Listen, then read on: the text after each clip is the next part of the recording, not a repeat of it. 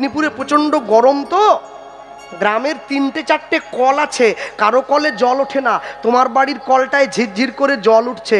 তুমি একাদশীর দিন দোতলার ছাদ থেকে মালা করতে করতে দেখলে গ্রামের মা বোনেরা এসে তোমার বাড়ির কলে জল নিচ্ছে, তুমি কাউকে কিছু না বলে বাড়ির কলটায় তালা দিয়ে দিলে। তুমি মনে রেখো, শেষ জীবনে কিন্তু তোমাকে জল বিনে চলে যেতে হবে, মালা তিলক তোমায় বাঁচাতে পারবে না। ভক্ত যদি হতে চাও আগে ভদ্র হও, যদি ভদ্র না হতে পারো কোনোদিন ভক্ত হতে পারবে না। হ্যাঁ, যে লোকটা মদ খেয়ে রাস্তায় উল্টে পড়ে থাকে ওকে কেউ টোনটিটকিরি করে না, দেখবেন। যে মালা তিলক নিয়ে রাস্তা দিয়ে হেঁটে যায় ওকে লোকে টোনটিটকিরি করে। কেন? একটা কারণের জন্য, যে পড়ে আছে ও তো পড়েই আছে, ওকে আর কি ফেলবো, ওই জন্য ওকে কেউ টোনটিটকিরি করে না। যে মালা নিয়ে যাচ্ছে ও আমাদের সবালার থেকে এগিয়ে গেছে, ওকে টেনে নিজের জায়গায় নামানোর জন্য আমরা কটু কথা প্রয়োগ করছি। কুকুর আসিয়া এমন কামড় দিল পথিকের পায়, কামড়ের চোটে 20 দাঁত ফুটে 20 লেগে গেল পায়। রাত্রে বেচারা ভীষণ ব্যথায় গোটা রাত্রিটি জাগে, মেয়েটি তাহার করে হায় হায়, জাগে শিওরের আগে। বাপ রেসে বলে ভৎসনা ছলে, কুকুরের ছিল দাঁত, তুমি কেন বাবা ছেড়ে দিলে তারে, তোমার কি ছিল না দাঁত? বাবা কি বলছে? কুকুরের কাজ কুকুর করেছে, কামড় দিয়েছে পায়, তা বলে কি কুকুরে কামড়ানো মানুষের শোভা পায়? আপনি আপনার জীবনের লক্ষ্য বস্তুতে স্থির থাকুন, লোকে আপনাকে অনেক কিছু বলবে, ওদিকে আপনি কান দিলে পিছিয়ে পড়বেন। আপনাকে লক্ষ্য বস্তুটা নির্ধারণ করতে হবে। বৈষ্ণব মহাজন শেষে গিয়ে লিখছেন, গৌরাঙ্গ বলিয়া না গেলাম গলিয়া, নিতাই গৌর হরি বল, না গেলাম গলিয়া, আমি গৌরাঙ্গ বলিয়া না গেলাম গলিয়া, আমি গৌরাঙ্গ বলিয়া না গেলাম গলিয়া, কেমনে ধরিনু দে, আমি গৌরাঙ্গ বলিয়া না গেলাম গলিয়া, কেমনে ধরিনু দে। বাসু ঘোষ হিয়া পাশা নদিয়া, বিধি কেমনে গড়িয়াছে, বলি বাসু ঘোষ গিয়া পাশা নিদিয়া, কেমনে গড়িয়াছে, বলো বাসু ঘোষ গিয়া পাশা নিদিয়া, বিধি কেমনে গড়িয়াছে। দেখো বাসু বাসু ঘোষ হিয়া পাশা নদিয়া, বিধি কেমনে গড়িয়াছে, বলি বাসু ঘোষ গিয়া পাশানে দিয়া, বিধি কেমনে গড়িয়াছে। বলি আমার ভাগ্যে হলো না গো, আমার ভাগ্যে হলো না গো, বলি আমার ভাগ্যে হলো না গো, আমার ভাগ্যে হলো না গো, ওগো সবাই তোমার নাম নিল, বলি আমার ভাগ্যে হলো না গো, বলি পতিত পাবন অবতারে, আমার ভাগ্যে হলো না গো, ওগো আমি পতিত রইলাম পড়ে, আমার ভাগ্যে হলো না গো, বলি পতিত পাবন অবতারে, আমার ভাগ্যে হলো না গো, ওগো আমি পতিত রইলাম পড়ে, আমার ভাগ্যে হলো না গো, তোমার নাম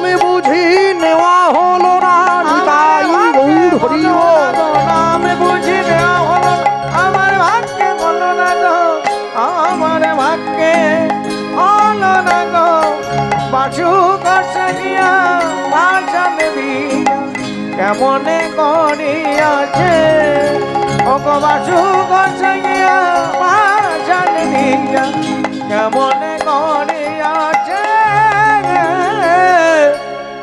গৌরাঙ্গ বলিয়া না গেলাম গলিয়া কেমনে ধরিনু দে, কেমনে ধরিনু দে বাসু ঘোষ হইয়া পাষাণ দিয়া, পাষাণ দিয়া কেমনে গড়িয়াছে বালবিধি কেমনে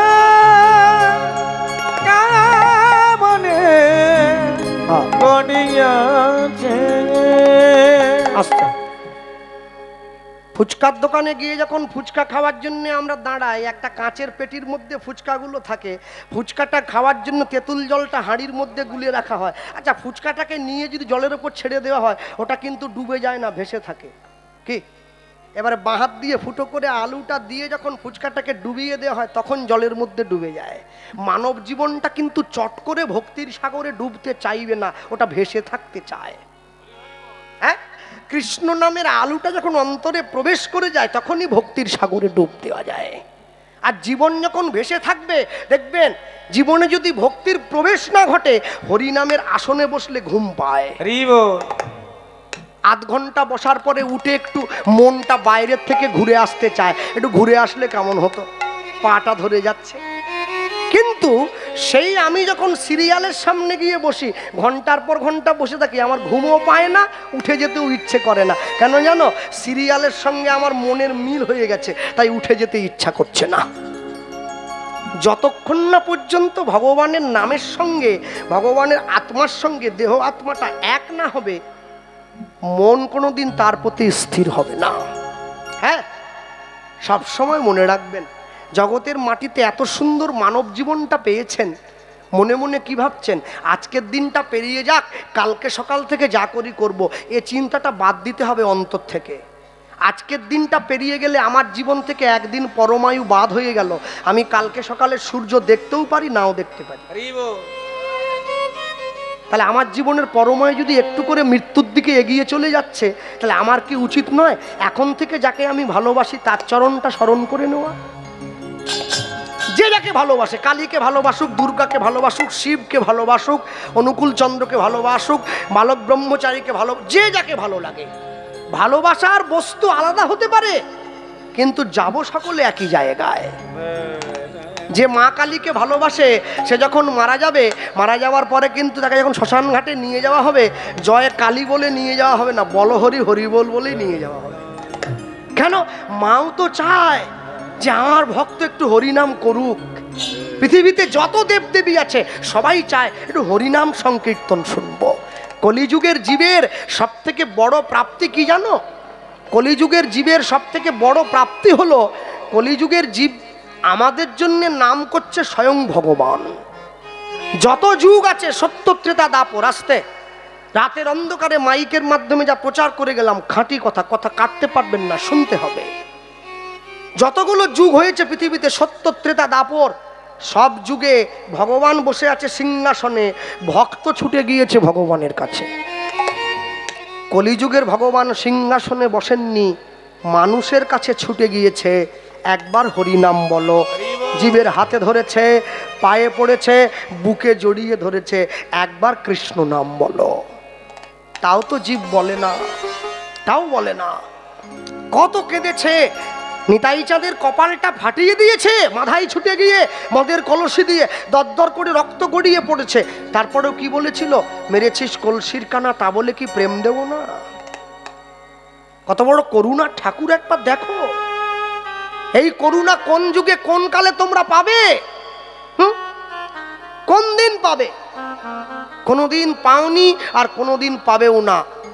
কোনোদিন পাওনি, কোনোদিন পাবে না, একবারে গ্যারেন্টি দিয়ে গেলাম। নিতাই চাঁদের কপালটা দিয়ে দরদর করে রক্ত গড়িয়ে পড়ছে। হরিদাস ঠাকুর নিতাই চাঁদকে হাত ধরে টান দিয়ে নিয়ে যাচ্ছে। জগাই গিয়ে মাধাইকে ধমক দিয়েছে, ভাই কাজটা কিন্তু ঠিক হলো না, বৈষ্ণবের গায়ে হাত তোলাটা কি ঠিক হলো রে? হাজার হলেও আমরা ব্রাহ্মণ তো। মাধাই ছুটে গিয়ে জগাইয়ের পা দুটো জড়িয়ে ধরেছে, তুই না আমার বড় ভাই, তুই আমাকে শাসন করবি, অধিকার তোর আছে, আমি না বললাম না, শাসন কর। কিন্তু কেন মারলাম জানিস? কেন?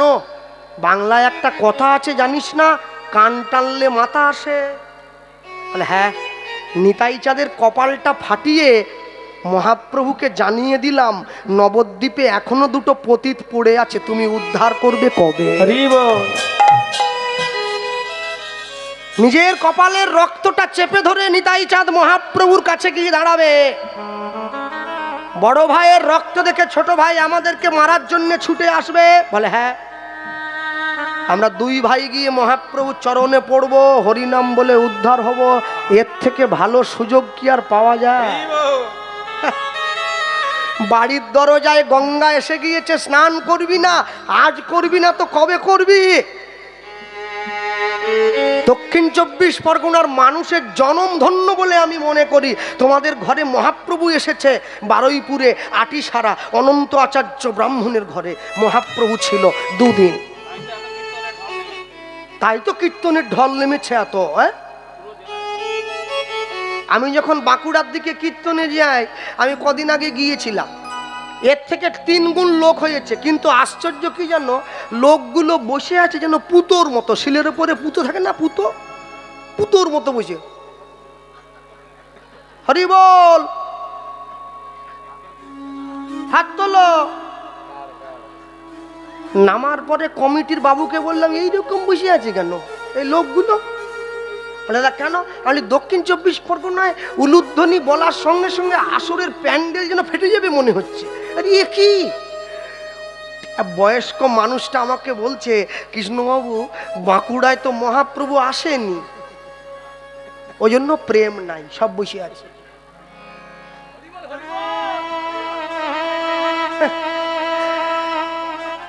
তারপরেও কষ্ট হয়। নিতাই গৌর প্রেমানন্দ। হরি বল, হরি বল, হরি বল।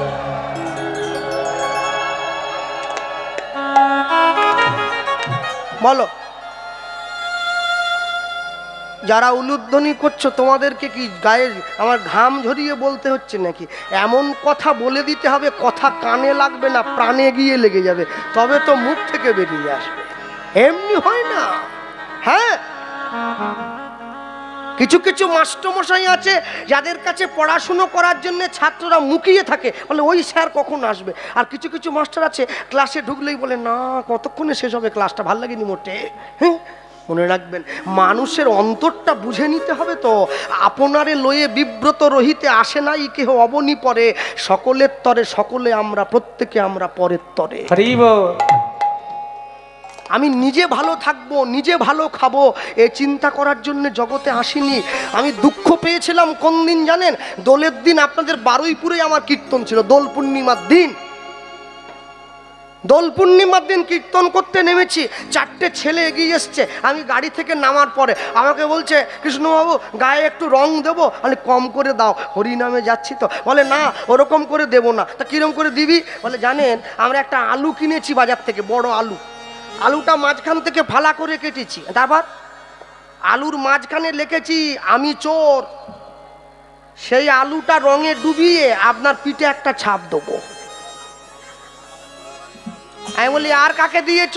বলে আমাদের পাড়ার যতগুলো বুড়ো বুড়ি আছে ওদের সকলের পিঠে একটা করে ছাপ দিয়েছি। তা আমি বললাম তাহলে পাড়ার বয়স্ক মানুষগুলোকে চোর সাজিয়ে তোমাদের লাভ? বলে ওদেরকে দেখে লোকে হাসবে, সেই হাসি দেখে আমরা হাসবো। হায় রে বাঙালি, দোল পূর্ণিমার উৎসব তোমরা এইভাবে পালন করছো? কেন আমাদেরকে দেখে অন্য সম্প্রদায়ের মানুষ হাসাহাসি করে তোমরা বোঝো না? নিজেকে কত নামিয়ে আনবে। একটা কুয়ো ছিল, একটা লোক কুয়োতে পড়ে গিয়েছে, ওপর দিয়ে আরেকটা লোক হেঁটে যাচ্ছে, নিচে পড়ে থাকা লোকটা ওপরের লোকটাকে বলছে বন্ধু আমাকে বাঁচাও আমি পড়ে গিয়েছি। ওপরের লোকটা কাপড় জামা খুলে কুয়োতে পড়ে থাকা লোকটাকে বাঁচাবার জন্য ছুটে গিয়েছে। যে লোকটা কুয়োতে পড়ে গিয়েছিল, যে লোকটা নামাতে গিয়েছিল, ওর কাঁধে পা দিয়ে ওপরে চলে এসছে। এবারে নিচের লোকটা বলছে তুই আমায় টেনে তোল, আমি তোকে বাঁচালাম। বলে না, কাজের বেলা কাজী, কাজ ফুরলে পাজি, দরকার নেই। তাহলে তুই যে ওপরে চলে গেলি তুই বাড়ি কি করে যাবি? বলে তুই যে শুকনো জামা কাপড়গুলো খুলে পাড়ে রেখেছিস ওইগুলো পরে আমি বাড়ি চলে যাব। যে কুয়োতে পড়ে গিয়েছে সে কে? যে কুয়োতে পড়েছিল সে হচ্ছে মিথ্যা। উপর দিয়ে সত্য হেঁটে যাচ্ছিল, মিথ্যা ডাক দিয়ে বলছে বন্ধু আমাকে বাঁচা। সত্য মিথ্যাকে বাঁচাবার জন্য কুয়োতে নেমেছে। মিথ্যা কি করলো? সত্যর কাঁধে পা দিয়ে কুয়োর বাইরে চলে এসেছে। সত্য তো কাপড়গুলো খুলে রেখে কুয়োতে নেমেছে। মিথ্যা কি করলো? সত্যর পোশাকটা গায়ে জড়িয়ে বাজারে ঘুরে বেড়ালো। মানুষ বুঝছে এটা সত্যি, কিন্তু না, সত্যের আবরণে মিথ্যায় মানুষ দিন দিন করে ভরে চলে যাচ্ছে। সবসময় মনে রাখবেন, জগতে যাই কিছু করুন না কেন, জীবনের প্রকৃত উদ্দেশ্যটা ঠিক রাখতে হবে। চলো লীলা মাধুর্যের মধ্যে প্রবেশ করব। এই জায়গায় বলতে গিয়ে যা বলবো, সবার আগে যেখান থেকে আমরা এসেছি, আমাদের বাড়ি হচ্ছে পশ্চিম মেদিনীপুর। মেদিনীপুর জেলাটা শেষ হয়ে গেলে, মানে একদম জঙ্গলমহলের দিকে থাকি আমরা, মেদিনীপুর জেলাটা শেষ হলে একটা জেলা পড়ে, জেলাটার নাম হচ্ছে বাঁকুড়া জেলা। বাঁকুড়াতে একটা ছোট্ট গ্রাম আছে, যে গ্রামটার নাম হচ্ছে বিষ্ণুপুর। খড়গপুর থেকে ট্রেন ধরে যেতে হয়, বিষ্ণুপুর নামে স্টেশন আছে। আপনি স্টেশনে নামার পরে যদি কোনো টোটোওয়ালা বা অটোওয়ালাকে 20 টাকা বা 25 টাকা দেন, ও আপনাকে বিষ্ণুপুর গ্রামে নিয়ে যাবে। আপনি যখনই বিষ্ণুপুর গ্রামে প্রবেশ করবেন, প্রবেশ করার সঙ্গে সঙ্গে দেখবেন ওপরে বড় করে একটা সাইনবোর্ড দেওয়া আছে, সেখানে লেখা আছে আপনি ঐতিহাসিক বিষ্ণুপুরে প্রবেশ করছেন। কেন ঐতিহাসিক? গ্রামের মধ্যে প্রবেশ করে আপনি রাস্তার দুদিকে তাকিয়ে দেখবেন গ্রামের মা বোনেরা বসে আছে, পোড়ামাটির তৈরি জিনিস বিক্রি করছে। বিষ্ণুপুরের পোড়ামাটির তৈরি জিনিস জগৎ বিখ্যাত, সবাই কিনে নিয়ে যায়। আর এই বিষ্ণুপুরে আরেকটা বিখ্যাত জিনিস আছে, ভগবানের সাক্ষাৎ বিগ্রহ বিষ্ণুপুরের মাটিতে। কেন সাক্ষাৎ বিগ্রহ বলছি কেন না, ভগবান নিজে করুণা করে এসে গিয়েছে বিষ্ণুপুরের মাটিতে। কেন জানেন? আপনাদের যে মন্দির সামনে আছে, মা মহামায়া দাঁড়িয়ে আছে মন্দিরে, এই মন্দিরের ভগবানকে, এই মন্দিরের মা মহামায়াকে প্রতি বছর একবার করে রং করতে হয়, পরিষ্কার করতে হয়, কাপড় পরাতে হয়। বিষ্ণুপুরে যে ভগবান দাঁড়িয়ে আছে মন্দিরের মধ্যে, আজকে 450 বছরেরও বেশি পুরনো হয়ে গেছে, একইভাবে একই আসনে দাঁড়িয়ে আছে। কোনোদিন তাকে রং করা হয়নি, কোনোদিন সাজানো হয়নি। আপনি কালকে সকালবেলায় গিয়ে যদি দেখেন, আপনি দেখলে ভাববেন এইমাত্র কিনে এনে কেউ বাজার থেকে বসিয়ে দিয়েছে। যদি বিশ্বাস না হয় এক্ষুনি মোবাইলে নেটে সার্চ করে দেখুন, এক্ষুনি দেখতে পাবেন ভগবানের লীলা বিগ্রহ এত সুন্দর দাঁড়িয়ে আছে। যে ভগবান বিষ্ণুপুরের মাঠে দাঁড়িয়ে আছে সেই ভগবান অন্য কেউ নয়, সে ভগবান হচ্ছে সাক্ষাৎ মদন মোহন। কার হাত ধরে প্রতিষ্ঠা পেয়েছে? রাজা গোপাল সিংহের হাত ধরে প্রতিষ্ঠা পেয়েছে। লীলা মাধুর্য হরিবাসরের এই সুন্দর রাত্রিকালীন এত সুন্দর ভক্ত সভা পরিবেশে দাঁড়িয়ে লীলা পুরুষোত্তম বিষ্ণুপুরের মদন মোহন। হরিবল হরিবল হরিবল। আমি বলতে গিয়ে সবার আগে একটা কথাই তুলে ধরবো সকলের সামনে। আজ থেকে 450 বছরেরও বেশি পূর্বে বাঁকুড়া বিষ্ণুপুরের মাটিতে একজন ক্ষত্রিয় বাড়ির ব্রাহ্মণ বাস করত, যে ব্রাহ্মণের নাম ছিল সনাতন দাস। ভগবান 4টে জাতি সৃষ্টি করেছেন। গীতায় বললেন চতুর্বর্গং ময়া সৃষ্টম গুণ ও কর্ম বিভাগস। আমি জীবের গুণ আর কর্ম দেখে 4টে বর্ণের সৃষ্টি করেছি। ভগবানের মুখ থেকে ব্রাহ্মণ, বুক থেকে ক্ষত্রিয়, উরু থেকে বৈশ্য, চরণ থেকে শূদ্রের জন্ম হলো।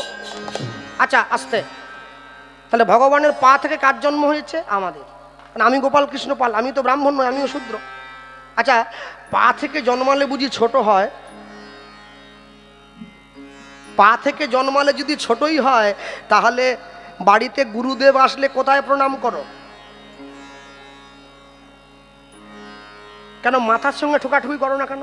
গুরুদেবের মাথা, বাড়ির লোকের মাথা ঠুকে দাও পায়ে। বিশ্বকবি রবীন্দ্রনাথ ঠাকুর বললেন আমি আসিব যাইব তোমার চরণ সেবিব। আমি তোমার পেটে হাত বুলাবার জন্য আসবো, কোথাও বলেননি। শূদ্র ভগবানের পা থেকে জন্ম।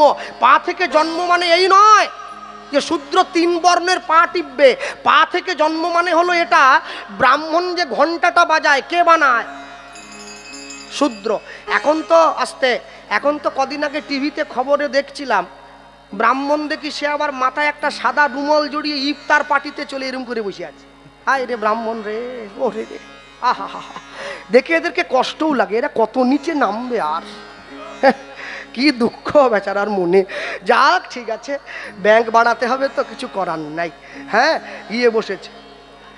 মনে রাখবেন, যার যেটা কর্ম তাকে সেইটা করতে হবে। যাকে যে জায়গায় খাটে, কেউ বা মাঠে, কেউ বা ঘাটে, কেউ রাজপাটে, ওই খাটে কি কুবজা খাটে, যে খাটে রাধা রানী খাটে? তাহলে ব্রাহ্মণ যে ঘণ্টাটা বাজায় কে বানায়? শূদ্র। ক্ষত্রিয় যুদ্ধ করে দাড়ি তলোয়ার নিয়ে, কে বানায় তলোয়ারটা? শূদ্র। বৈশ্য ব্যবসা করে দাড়িপাল্লা নিয়ে, কে বানায়? শূদ্র। আর সব থেকে বড় আশ্চর্য হচ্ছে, ব্রাহ্মণ ক্ষত্রিয় বৈশ্য যেখানে ডুব দিতে যায় পতিত পাবনী মা গঙ্গার জলে, গঙ্গার জন্ম কোথা থেকে? ভগবানের চরণ থেকে। চরণের গঙ্গাতে ডুব দিতে যাও আর চরণের শূদ্রকে ছোট বলো, এই কথা তো চলবে না। আর যারা এইটা বলে বুঝবেন তারা সমাজকে ভাগ করে দেওয়ার চেষ্টা করছে। এমনও ভক্তের ঘর আছে যেখানে ভগবান নিজে হাতে আহার করে গেছে, তার চিহ্ন পর্যন্ত পড়ে আছে। যুক্তি দিয়ে পণ্ডিত হওয়া যায়, যুক্তি দিয়ে মারামারি করা যায়, যুক্তি দিয়ে কোনোদিন ভক্তি অর্জন করা যায় না। যুক্তি তর্কের অনেক ঊর্ধ্বে ভক্তি। সনাতন ধর্মের ক্ষত্রিয় বাড়ির যে ব্রাহ্মণ ছিল তার নাম ছিল সনাতন দাস। সনাতন দাস কি করতেন? তিনি পেশায় যোদ্ধা ছিলেন, দেশকে রক্ষা করতেন, যুদ্ধ করতেন। তিনি কর্ণাটকে যুদ্ধ করতে গিয়ে একটা ক্ষত্রিয় বাড়ির মেয়েকে পছন্দ করে বাড়িতে বিয়ে করে এনে তুলেছিলেন। মেয়েটির নাম ছিল শিলাবতী। বৈষ্ণব মহাজন প্রথমেই লিখছেন, বিষ্ণুপুরে ছিল এক উলুধ্বনি,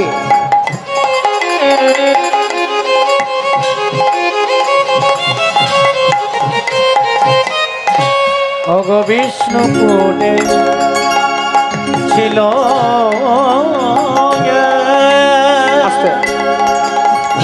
এই মালাটা তো আমার গলার যে মালাটা, এটা মায়েরই পাওয়ার কথা।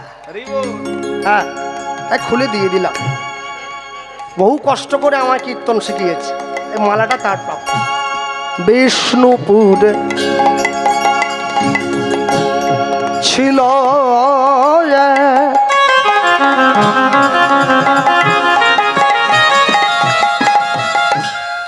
ওগো ক্ষত্রিয় ব্রাহ্মণী,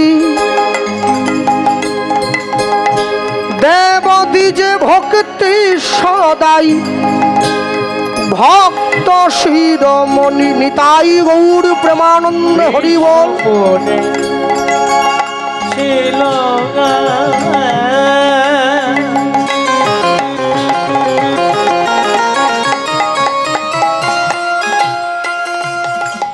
ওগো ক্ষত্রিয় রমণী,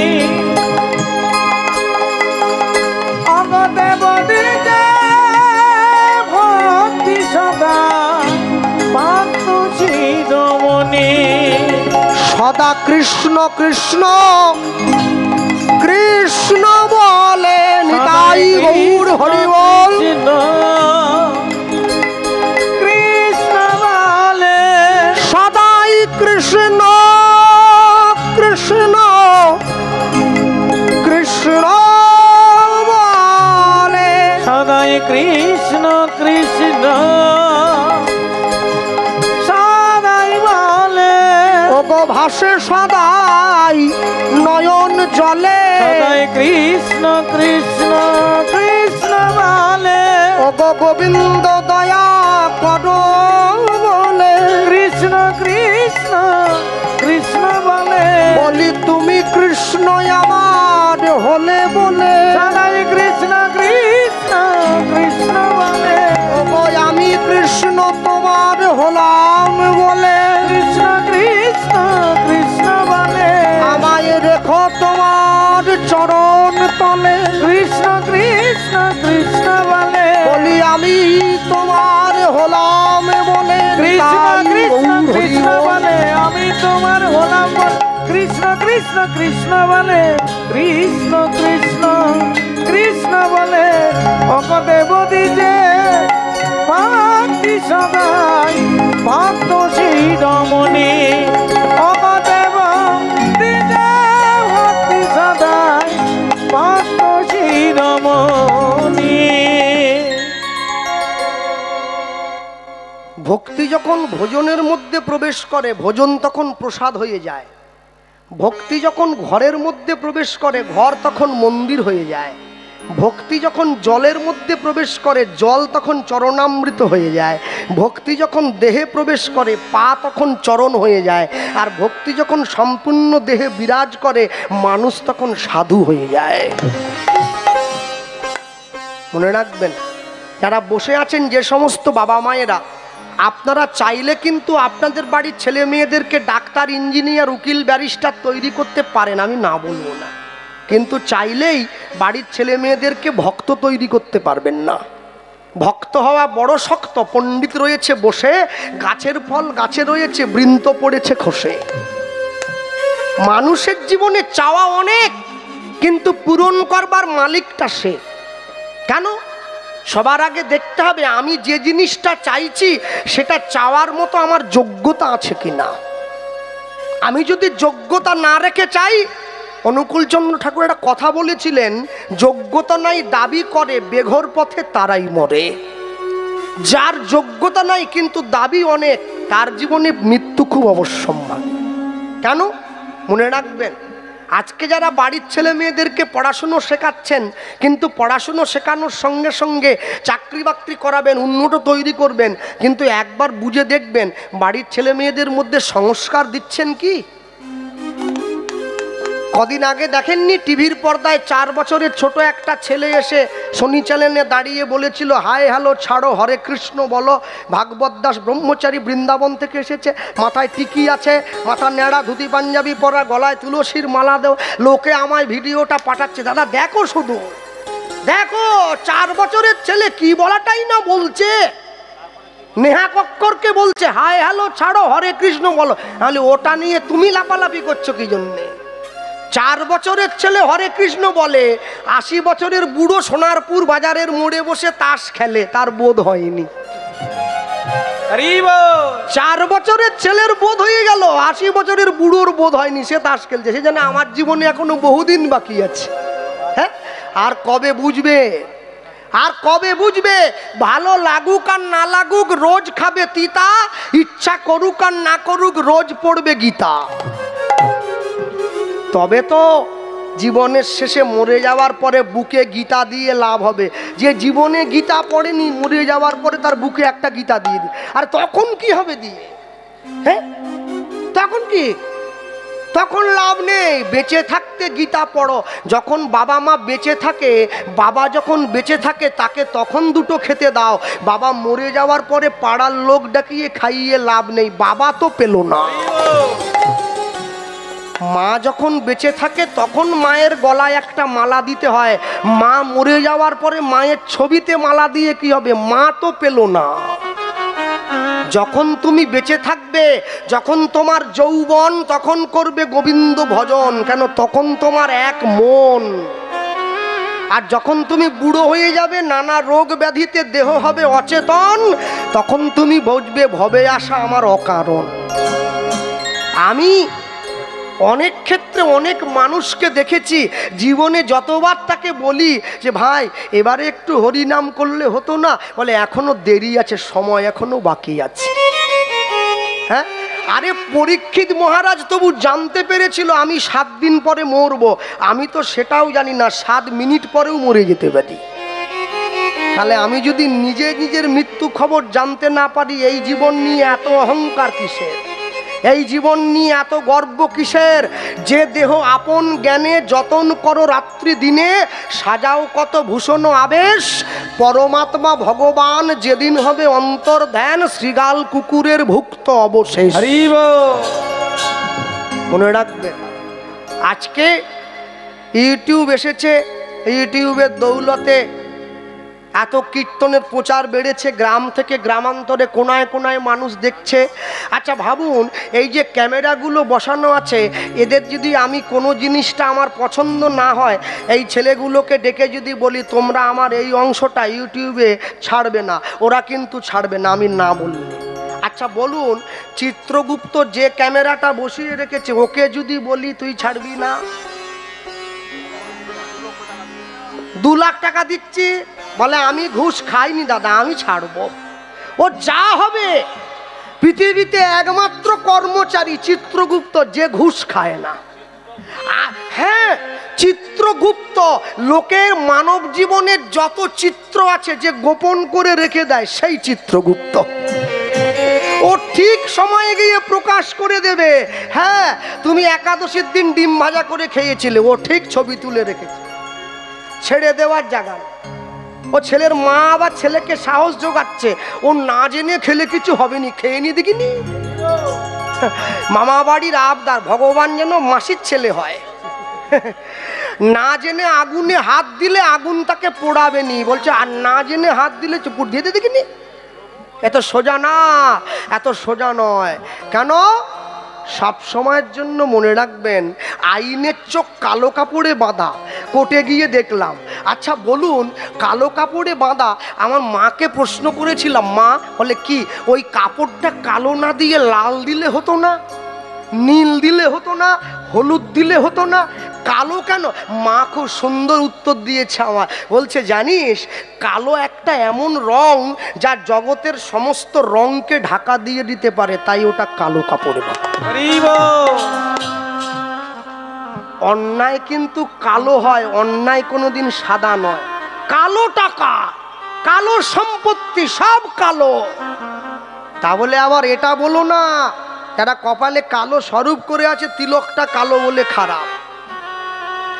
স্কুলের ব্ল্যাকবোর্ডের পিছনের রংটা কিন্তু কালো, কিন্তু যে কালোকে আমরা খারাপ বলি সেই কালোটাই লক্ষ্য জাতির ভবিষ্যৎ নির্ধারণ করতে সাহায্য করে, তার উপরেই লেখাটা হয়।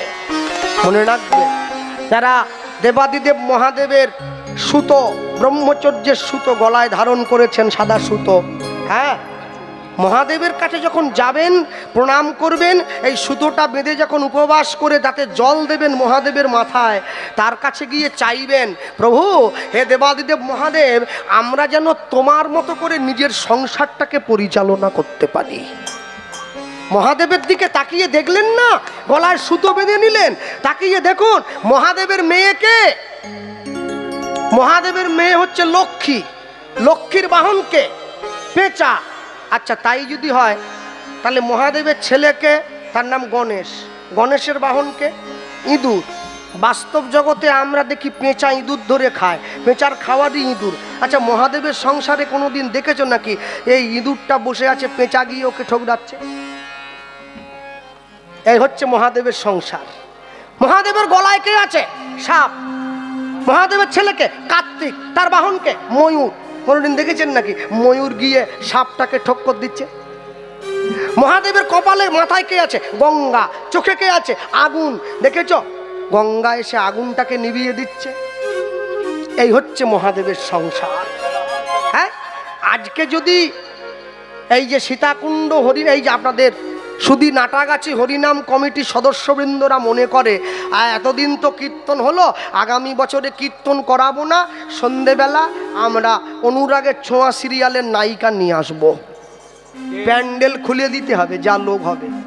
হ্যাঁ, নায়িকার একটু হাত ধরবো, একটু ছবি তুলবো, সেলফি। হ্যাঁ, আচ্ছা বলুন, এত কষ্ট করে নায়িকাকে দেখে অটো ভাড়া করে বাড়ি গেলেন, কোনো কোনো মায়ের শাড়ির আঁচল পর্যন্ত ছিঁড়িয়ে গেছে ভিড়ের চোটে।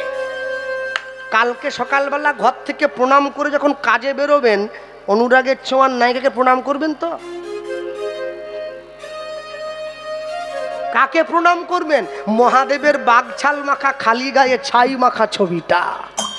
ভারতবর্ষের মানুষ, ভারতবর্ষের দেবতা পর্যন্ত গোটা বিশ্বকে বুঝিয়ে দিয়েছে ভারতবর্ষ ভোগকে ভালোবাসে না, ত্যাগকে ভালোবাসে। মহাদেবকে দেখে দেখো। একটা MA পাস করা ছেলে যখন রাস্তার মোড়ে গিয়ে চায়ের দোকান করে তখন দুঃখ হয় না, দুঃখ হয় তখন যখন দেখি একটা MA পাস করা ছেলে একটা ঝাড়ুদারের চাকরি করবে বলে একটা মাধ্যমিক ফেল করা নেতার পা টিপছে, দুঃখ হয় তখন। শিক্ষা যদি নাঙল চালায়, মূর্খ যদি করে দেশের শাসন, অনিবার্য হবে ভাই এই সমাজের পতন।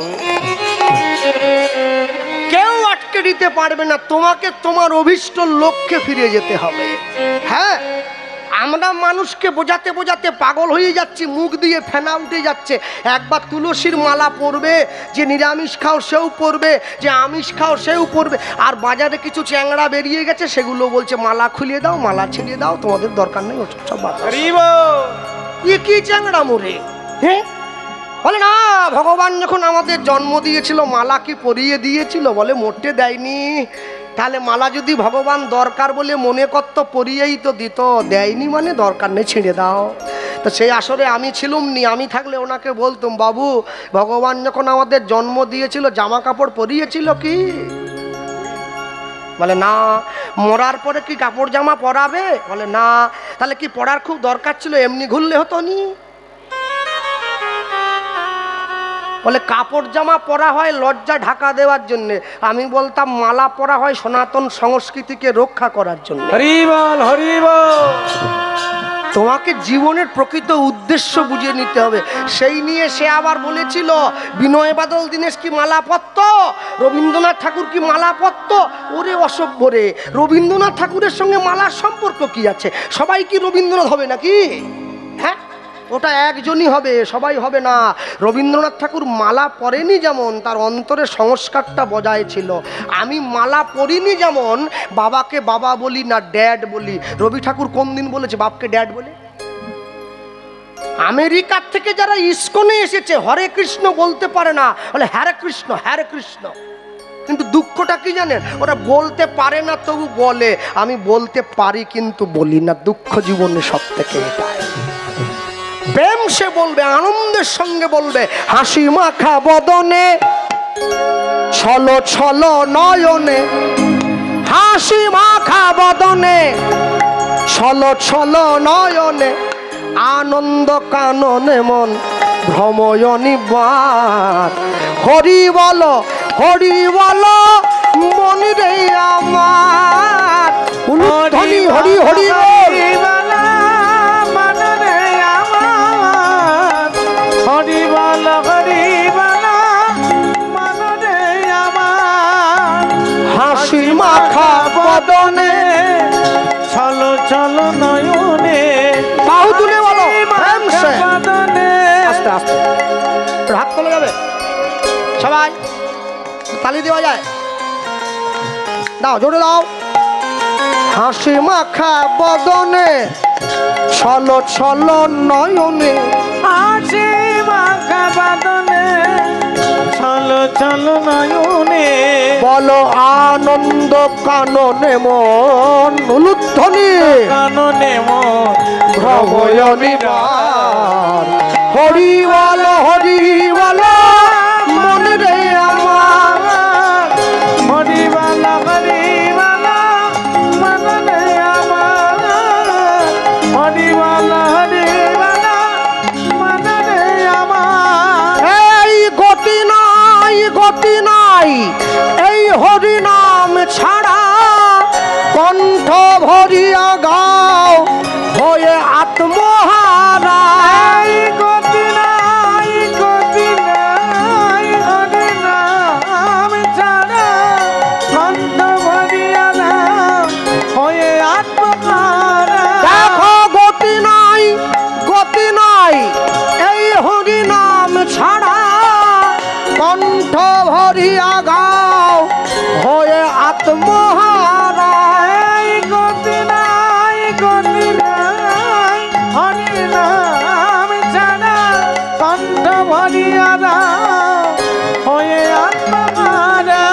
ওগো ওই দেখো তোমার বন্ধু তরিতেছে ভব সিন্ধু। ওই দেখো তোমার বন্ধু তরিতেছে ভব সিন্ধু। তুমি ওই দেখো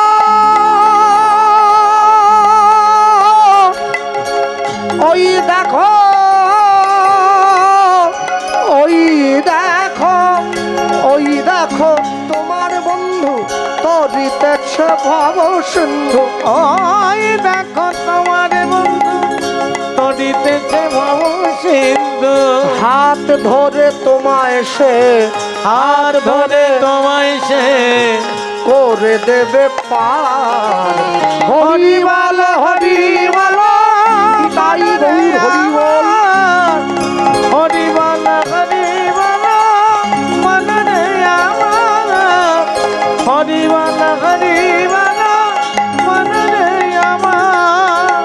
কেউ তো কারো নয় এ কথাটা সত্য, তুমি ভেবেও দেখো মন সবই যে অনিত্য। কেউ তো কারণ এ কথা যে সত্য, ভেবে ভেব না মন সবাই অনিত্য। ওই দেখো শ্মশানে কিবা রাত্রি দিনে, ওই দেখো শ্মশানে কিবা রাত্রি দিনে, তবে ওই দেখো শ্মশানে কিবা রাত্রি দিনে, ওই দেখো শ্মশানে কিবা রাত্রি দিনে, পুড়িতেছে মানুষে পুড়িতেছে মানুষে যত অহংকার। হরিবল হরিবল হরিবল হরিবল মন রে আমার, চলো চলো নয়নে হাসি মাথা বদলে, চলো চলো নয়নে হাসি মাথা বদলে, আনন্দ কাননে মন আনন্দ কাননে মন রঘু অবিরাম।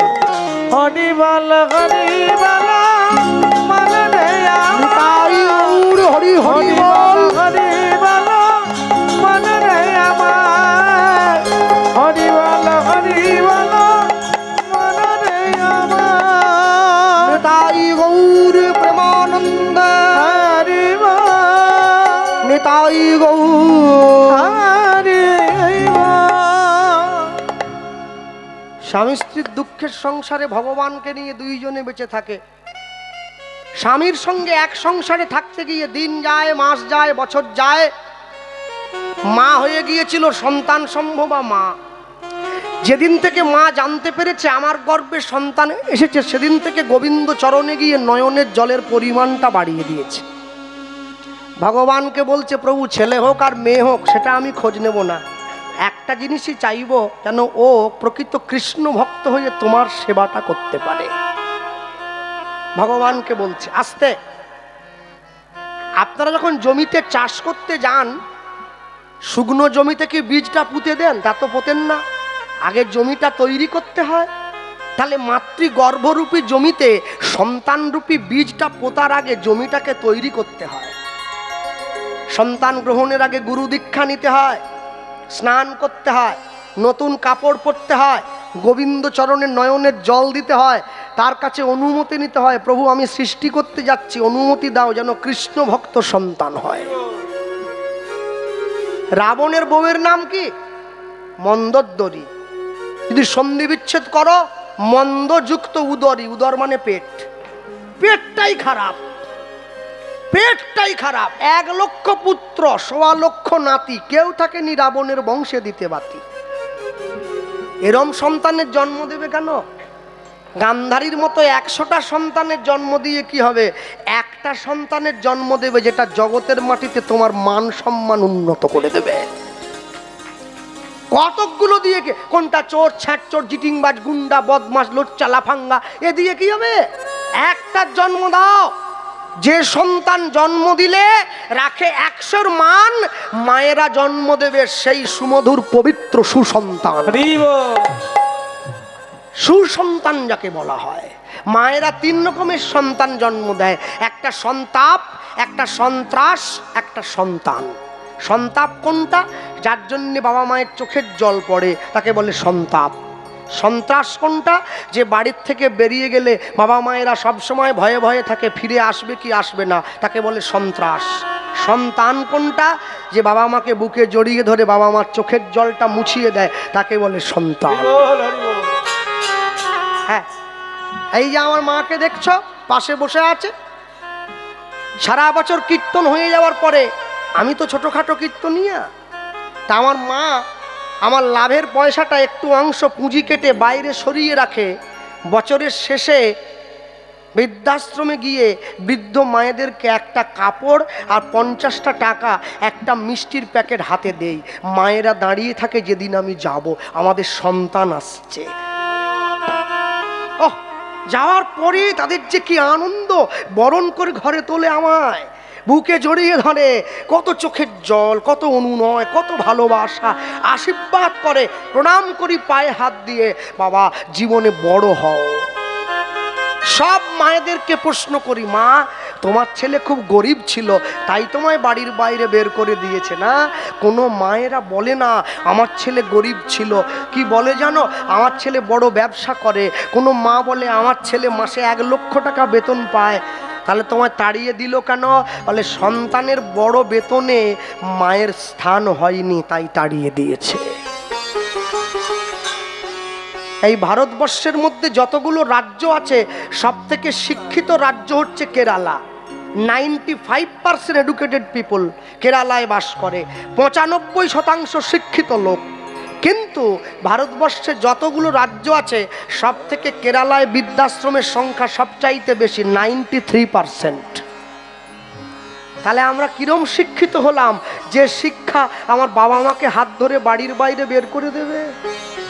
হ্যাঁ, যতই যাও না মন্দির মসজিদ, যতই যাও না তীর্থস্থান, বাবা মাকে না বাসিলে ভালো পাবে না কোনোদিন ভগবান। পিতা মাতাকে যদি সম্মান না করো তোমার জীবনের সব বৃথা। ওই অনেকটা বিদ্যে বোঝাই বাবু মশাইয়ের মতো। বিদ্যে বোঝাই বাবু মশাই চড়ি শখের বাটে, মাঝিরে কয় বলতে পারি সূর্যি কেন ওঠে? মাঝি বলে বাবু আমি তো স্কুলে যাইনি, কি করে বলবো? পণ্ডিত তখন বলে ওরে যার জীবনে শিক্ষা নাই তার 12 আনাই নিচে। এমন সময় নদীতে ঝড় উঠে গেছে, মাঝি ছুটে গিয়ে বলে বাবু সাঁতার জানা আছে? পণ্ডিত তখন বলে আমার অনেক কিছু জানতে গিয়ে সাঁতারটা জানতে ভুলে গেছি। বলে আমার তো 12 আনা নিচে, তোমার 16 আনাই বৃথা। ওই ঝড় আসছে, নৌকো ডুববে, আমি তবু খেটিয়ে খেতে পারবো, তুমি তো ডুবে মরবে। হ্যাঁ, পিতা মাতাকে শ্রদ্ধা না করলে যতই তুমি পুঁজি জমাও না কেন তোমার জীবনের তরিটা কিন্তু শেষে গিয়ে ডুবে যাবে, তুমি ভাসাতে পারবে না। ভগবানের কাছে গিয়ে নয়নের জল দিচ্ছে, ভগবান সব সইতে পারে, দুটো জিনিস পারবে না, একটা ভক্তের অহংকার, একটা ভক্তের চোখের জল। ভগবান সইতে পারে না। ভগবান জীবনে 2 বার হাসে, কখন জানেন? যখন নার্সিংহোমের বিছানায় রুগী শুয়ে থাকে, ডাক্তার গিয়ে রুগীর সামনে দাঁড়িয়ে বলে তোমার কোনো চিন্তা নেই, আমি যখন আছি তুমি বাঁচবে। ভগবান হাসে, তুমি ডাক্তার হয়ে ওকে যে বাঁচার গ্যারেন্টি দিয়ে দিলে, তুমি নিজে কতক্ষণ বাঁচবে সে গ্যারেন্টি তোমায় দেবে কে? ডাক্তার। বলে না, একটু মনের জোরটা বাড়াচ্ছিলাম আর কি। হ্যাঁ, মনের জোরটা বাড়াচ্ছিলাম। মানুষ নাকি মরে গেলে 3.5 হাত জমি দেয়। আমি যদিও জানি না, মরার পরে বুঝতে পারবো কতটা দিচ্ছে। হ্যাঁ, কিন্তু করোনায় যারা মরিয়ে গেছে ওরা তো সেটাও পায়নি, একটার ওপর টেনে নিয়ে গিয়ে আরেকটাকে ফেলে দিয়ে।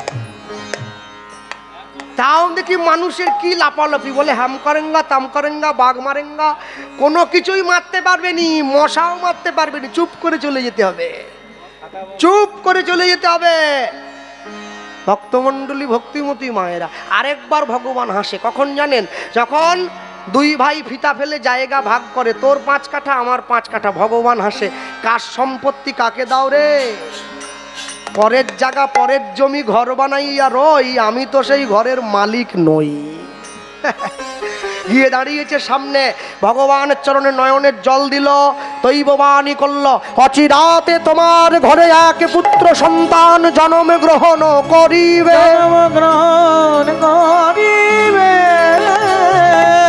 আমার ভক্তির বলে সন্তান বলবান হইবে, এই সন্তান রাজা থেকে মহারাজা হইবে, এই আমার মনের কথা, এই আমার মনের কথা নিশ্চয় ফলিবে, এই আমার মনের কথা নিশ্চয় ফলিবে। ভগবান মাকে দৈববাণী করে বলল তোমার ঘরে একটা পুত্র সন্তান জন্ম নেবে। আস্তে, পিতামাতার মৃত্যুর পরে পিতামাতাকে পিণ্ড দান করে পুত নামে নরক থেকে উদ্ধার করে বলে সন্তানকে বলা হয় পুত্র। এরপরে ভগবান বললেন এই ছেলেটা রাজা নয়, এই ছেলেটা মহারাজা হবে। এইটা ভগবানের কথাটা মা মেনে নিতে পারলো না। কেন? রাজার ছেলে রাজা হয়, গরিবের ছেলে কোনোদিন রাজা হয় না, কিন্তু ভগবান যখন বলে দিয়েছে কিছু একটা হলেও হয়তো হতে পারে। ভগবানকে প্রণাম করে উঠে দাঁড়িয়েছে, দরজার বাইরে দাঁড়িয়ে স্বামী দরজায় টোকা দিল, শিলাবতী দরজা খোলো, শিলাবতী দরজা খোলো। ছুটে গিয়ে দরজাটা খুলে দিয়েছে। আর যখনই দরজাটা খুলে দিয়েছে, দরজাটা খুলে দিয়েই দেখছে দরজার বাইরে স্বামী দাঁড়িয়ে আছে। এ কি, তুমি দাঁড়িয়ে আছো? বাহ, তুমি যে এত সুন্দর করে আমার গোবিন্দকে সেবা দাও, আমি তো আগে জানতাম না। দাও, প্রসাদটা দিয়ে দাও। হাতটা বাড়িয়ে দিয়েছে। যখনই স্বামী হাতটা বাড়িয়েছে, মা যখনই হাতে প্রসাদটা দিল, প্রসাদটা দেওয়ার পরে মা নিজের স্বামীকে বলে উঠছে, কিছু বলবে? বলার জন্যে দাঁড়িয়ে আছি। কি? ভগবানের ঘরে দাঁড়িয়ে স্বামী তার স্ত্রীকে বলে উঠছে, আগামীকাল সকালবেলায় আমি গয়া যুদ্ধে যাত্রা করব না। না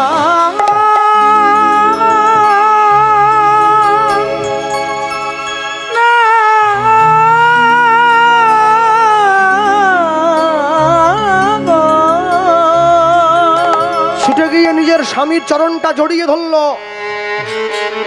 অগ্নি সাক্ষী করে 7 পাক ঘুরে, তুমি আমাকে তোমার স্ত্রী বলে গ্রহণ করেছ, বর্তমানে তোমার ঔরসে আমি 9 মাসের সন্তান সম্ভবা মা।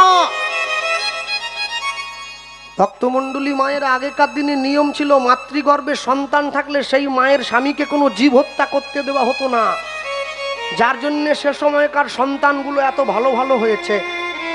খাতায় লিখে নিন, জগতে যত ভালো সন্তানকে দেখছেন, কি ছেলে কি মেয়ে, সমস্ত ভালো সন্তানের মূলে আছে একটা করে ভালো মা। মা যদি ভালো হয়, তার সন্তানকে ভালো হতেই হবে, খারাপ হওয়ার কোনো জায়গা নেই। হিরণ্যকশিপু দৈত্য ছিল, ছেলেটা প্রহ্লাদ হয়ে গেল। মা কয়াধু বড্ড ভালো ছিল। রাবণের বাবা বিশ্বশ্রবা মুনি ছিল, ছেলেটা রাবণ হয়ে গেল। মা নিকষাটা বড্ড খারাপ ছিল। তাকিয়ে দেখো, কৌশল্যার মতো মা পেয়েছে বলে ছেলেটা রামচন্দ্র হলো। রামচন্দ্র হলো। দেবকীর মতো মা পেয়েছে বলে ছেলেটা কৃষ্ণ হলো। কৃষ্ণ হলো। শচী মায়ের মতো মা ছিল বলে ছেলেটা মহাপ্রভু হলো। মহাপ্রভু হলো। শুধু তাই নয়, সারদা দেবীর মতো মা পেয়েছে বলে ছেলেটা বিশ্বকবি রবীন্দ্রনাথ হলো। রবীন্দ্রনাথ হলো। প্রভাবতী দেবীর মতো মা ছিল বলে ছেলেটা সুভাষচন্দ্র বসু হলো। সুভাষচন্দ্র বসু হলো। ভগবতী দেবীর মতো মা ছিল বলে ছেলেটা বিদ্যার সাগর হলো। বিদ্যার সাগর হলো। কল যদি ভালো হয়, জল ভালো হবে। গাছের গোড়া যদি ভালো হয়, ফল ভালো হবে। মা যদি ভালো হয়, সন্তানকে ভালো হতেই হবে। বিদ্যাসাগরের পদবী ছিল ঈশ্বরচন্দ্র বন্দ্যোপাধ্যায়। আমার বাড়ি থেকে 20 কিলোমিটার দূরে বাড়ি, বীরসিংহ গ্রাম। বিদ্যাসাগরের পদবী ছিল ঈশ্বরচন্দ্র বন্দ্যোপাধ্যায়। একজন বিধবা মেয়েকে বিয়ে করেছিলেন, যার নাম দীনময়ী বন্দ্যোপাধ্যায়। বিদ্যাসাগরের ছেলের নাম নারায়ণ চন্দ্র বন্দ্যোপাধ্যায়। ছেলে